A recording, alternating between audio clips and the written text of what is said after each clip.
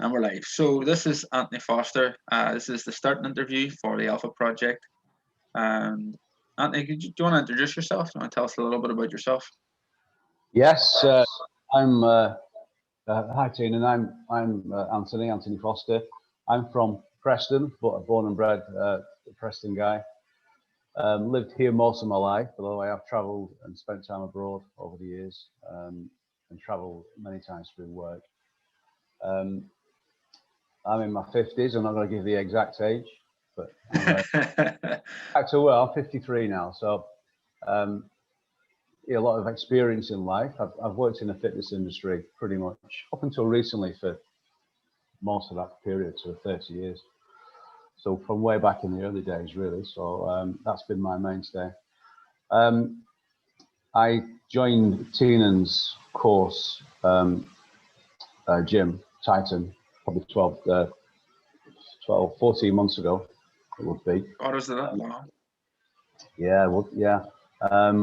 Which was great, and that was possibly the journey had started for me before that, but then that was the reason I sort of clicked and decided to do that was my instant relationship with you.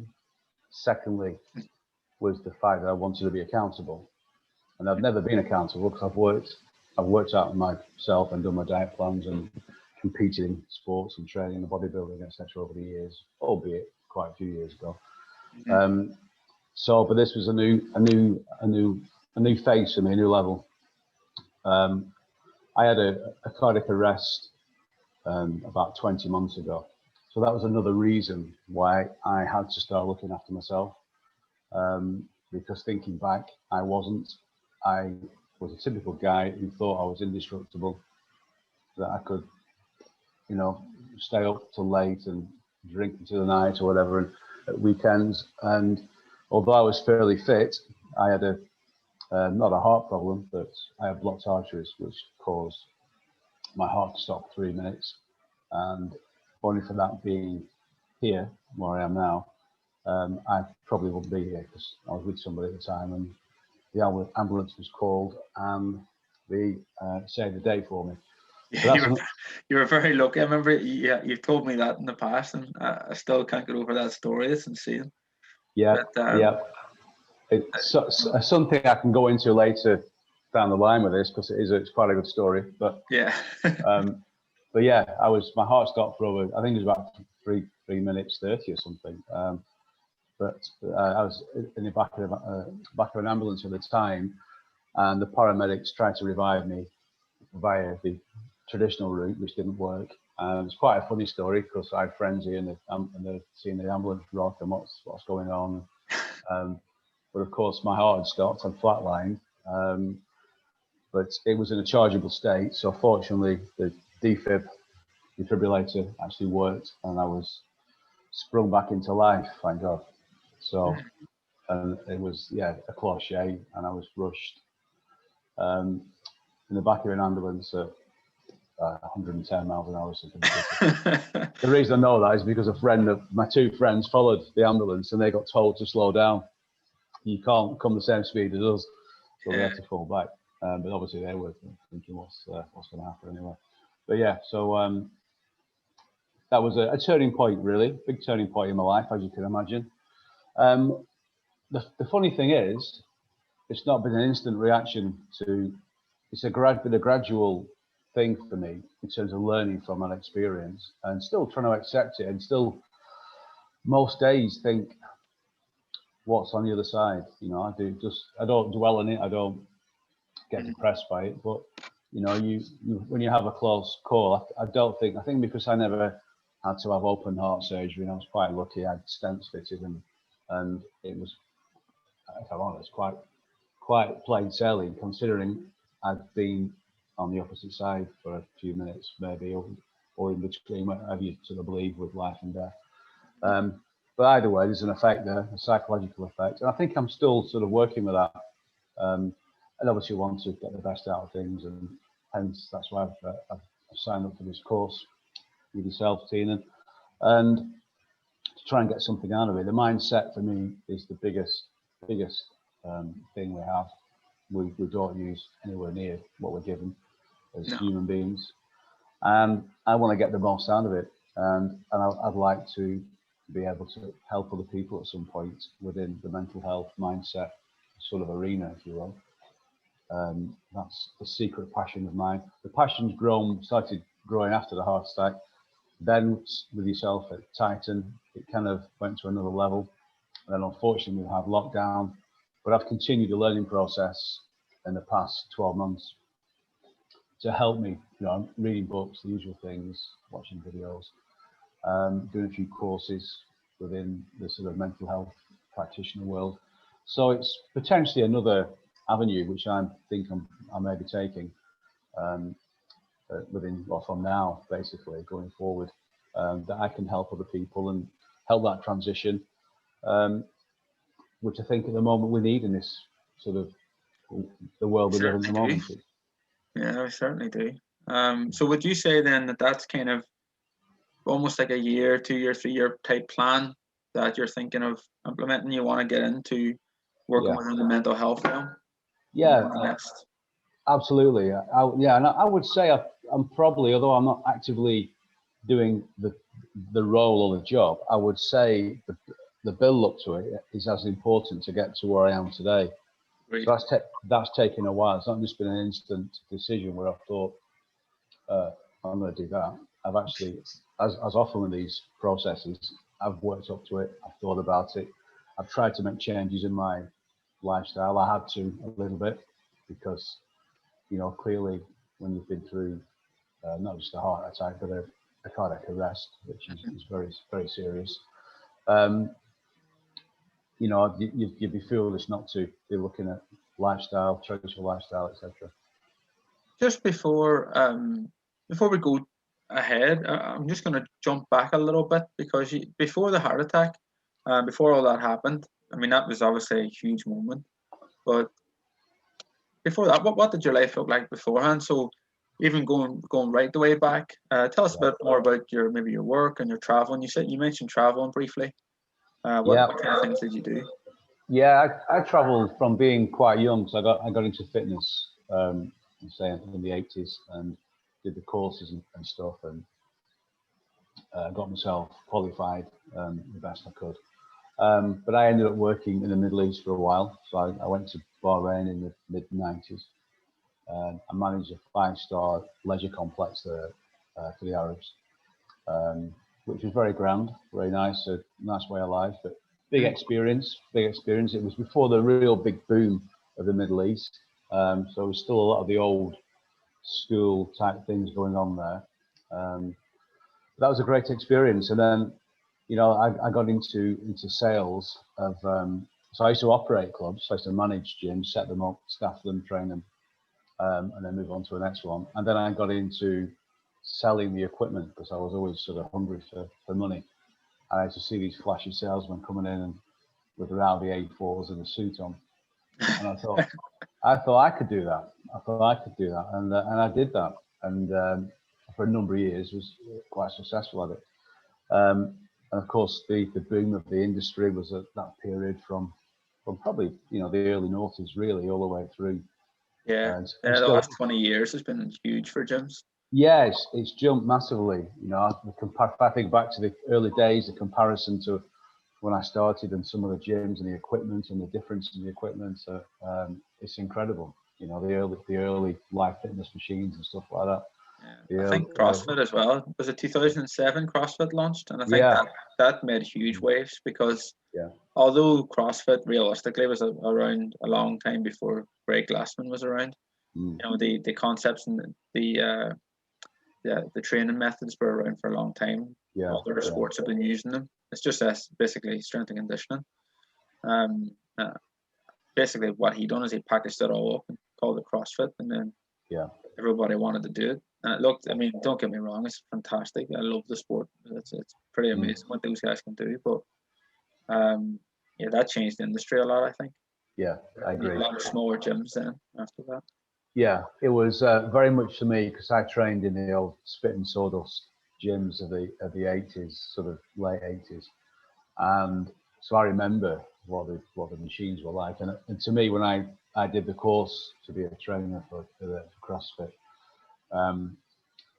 Basically had gone full circle. They'd gone back to the old spit and sawdust with these new sort of exercises a bit, but incorporating a lot of the old stuff as well, and then of course the gymnastic side of it, and the snatches and the cleans and all that kind of thing, and incorporated and packaged the whole thing up, like you say. And the American market went huge. Every block in New York had a CrossFit. I think there's something like 50 CrossFits in New York City or something. It was outrageous, yeah. And of course, it always ends up in the UK into Europe. So yeah, you're right. I totally agree. That was a game changer now for all the Orange Theory things, all the Barry's Boot Camp, all these things are all an offspring of all that CrossFit thing, which is good for the industry because it's changed the whole process. It's brought back functional training, and I know people don't like the word functional. Functional is whatever you need it to be. I understand that, but it brought back a much better, in my opinion, training methods than sitting on a weights machine for most of your day. Taking 3 minutes, between one exercise. Yeah, pretty boring, pretty static. And the worst thing now is that the technology of phones means that people are on their machines sat there doing nothing for ages, just keeping the seat warm.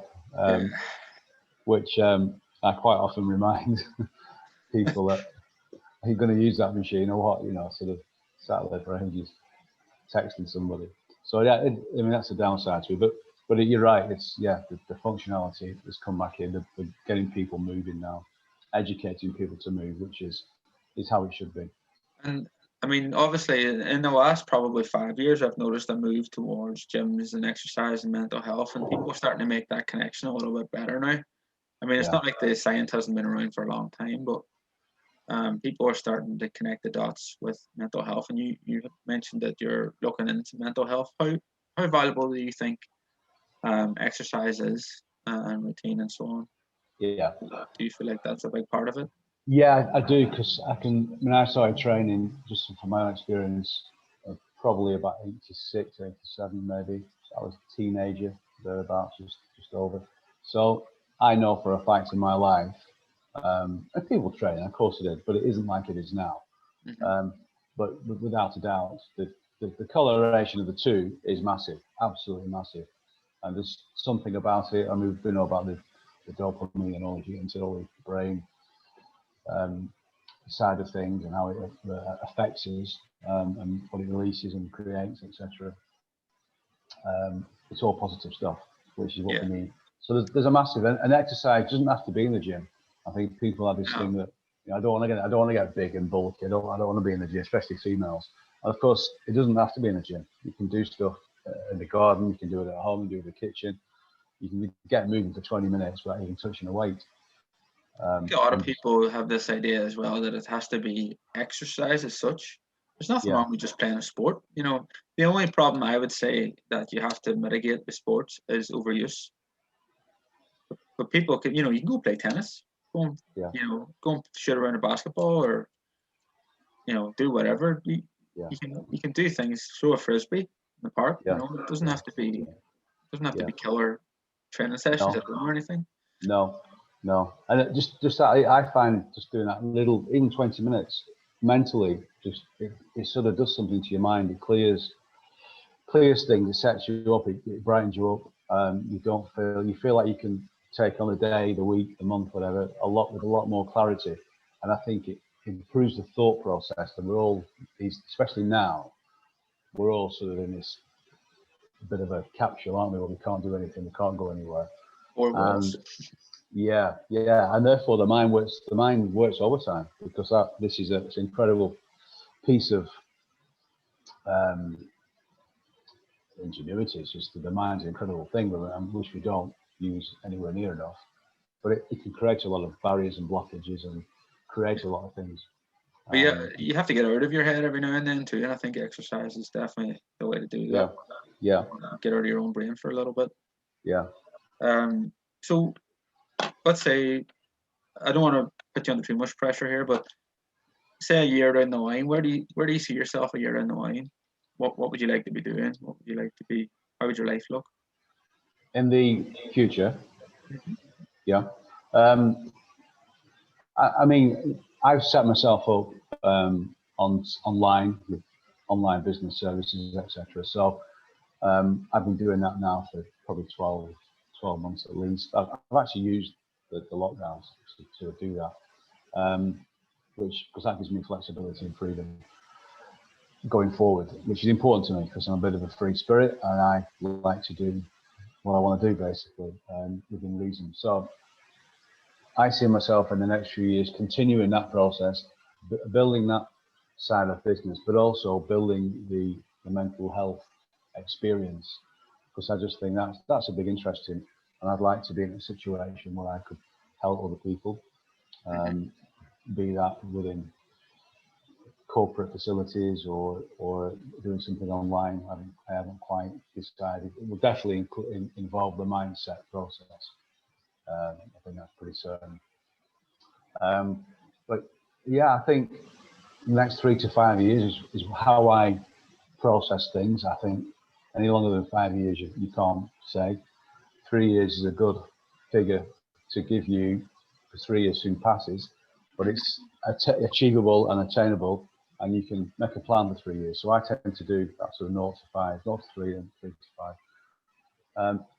For me, keep healthy, keep fit, keep learning, keep moving forward. I'm looking to move house at some point, if that's worth mentioning. But then I want to travel more. I want to be able to do what I'm doing online and travel and be in different parts of the world, learning new things, new cultures, maybe even working 3 months a year away somewhere where I can have the flexibility to do that. No matter where I might be, it could be Europe, it could be America. It's funny because I mean, that's part of the reason I set this project up as I have, and the way I've reshaped the business, taking my gym essentially online. Although now there's far more, to do with personal development and mindset than less to do with exercise. Although exercise is still a huge part of it. I understand that need for freedom, that need to be able to move, and I think that things are changing. This people working from home now. People realize everything's. I mean, this Zoom, this platform we're talking on right now, it makes everything possible. Yeah. So the amount of ingenuity we've had in the last number of years, and it's only going to get better. Things are only going to get better than that. The need for huge office spaces it's no longer needed. Yeah. No longer needed at all. I think things will definitely change. I think it's changed the way we work. This whole crisis. So there's been a lot of good come out of it as well. Yeah, agreed. So to boil it down, on the next, because this is going to last around 84 days, what do you expect in the next 84 days? I know I've been fairly vague on what I've told you so far. So what is it you expect the next 84 days? I expect the main reason I sort of signed up for this is because I wanted to put myself in the next phase, go to the next level, which means further growth, further experience, further personal development, which is something I'm keen on. But be accountable to myself as much as the course, obviously being accountable to the course as well, but ultimately to myself. And there's a number of things that I would just want to really sort of push forward. There's the health benefits, the health side of it. I need to step up a little bit just to I probably need to lose a little some body fat and probably put a few pounds on a little bit. Well, I think we all did a little bit of that in lockdown. Yeah, and it's like, I'm talking probably half a stone or something, nothing major, but just get a little bit, because obviously I'm the wrong side of 50, and you do start to think of stuff like that, and it's a natural thing to think. And just, I've always been, I suppose, vanity drives you initially. That's why I got into the fitness industry. And that's never really changed, to be honest. Well, that's the thing. I think that people tend to have, especially nowadays, ego is viewed in such a negative light. Everything's negative about ego. But I don't know if you've missed the podcast I did with Marcus Harrison, or if you've seen it or not. Yeah, I saw some of that. Yeah. Talked a lot about ego then, and I do believe that ego is a massive force, especially among men. I think it can be a huge force for good.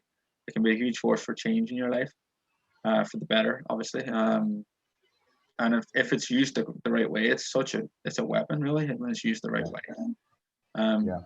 It's whenever it's misused or not used at all is when it becomes useless. It becomes even detrimental if it's misused. So we tend to let, for example, you let your ego take over. Maybe you don't want to be showed up by some guys who are already in the gym. You don't want to go in because you'll feel inadequate. And I talk about a thing, and that's ego as well, and that's a negative, that's a misuse of ego. Whereas, and I experienced it just in the last few years myself, going back to jiu-jitsu after 8 years off. So I went and I was getting strangled left, right, and center by my friends. And then that tends to be, as I say, that short-term ego. It makes you not want to go back because who wants to get beat up by your friends? Exactly. You used to be okay and now you're useless, kind of thing. But I've always believed in a long-term ego approach. So you think, okay, I'm not the best now, but I want to be the best. So, and that's, if you can use that ego in a long term, it keeps driving you back to what's good for you, rather than driving you away from it. I agree. So I think just to answer your question there, Tina, I think that's the fitness side. The biggest thing for me will probably be the overall experience through the 84 days of the mindset. The mindset experience is the one that's I'm really interested in because I've trained all my life and I've been one of the early PTs back in the day, etc. So I kind of know how to train. I know about food and diet and nutrition and stuff. So it's the other side of the course, which is the prominent side, which I believe is going to help me the best. And I think it's going to be a journey I'm looking forward to. I don't know everything that's going to come my way, but I think that's part of the excitement, and that's kind of what I want, really. So I'm looking forward to, day by day, it's going to be a journey with yourself. And yeah, I'm looking forward to what the next 3 months brings. Fantastic, buddy. What we'll do is we'll wrap it up there. That was great. Thanks, Anthony, for coming on, and I'll see you. I'll see you tonight in the group, and I'll also see you. Tomorrow. We'll start the daily recordings tomorrow. Anthony, Danny and Chris is also going to do a daily video, just kind of updating everybody as he goes along on the journey, so just to give an insight into what's going on in there. No, I look forward to it. Thanks, Tina. All right, buddy.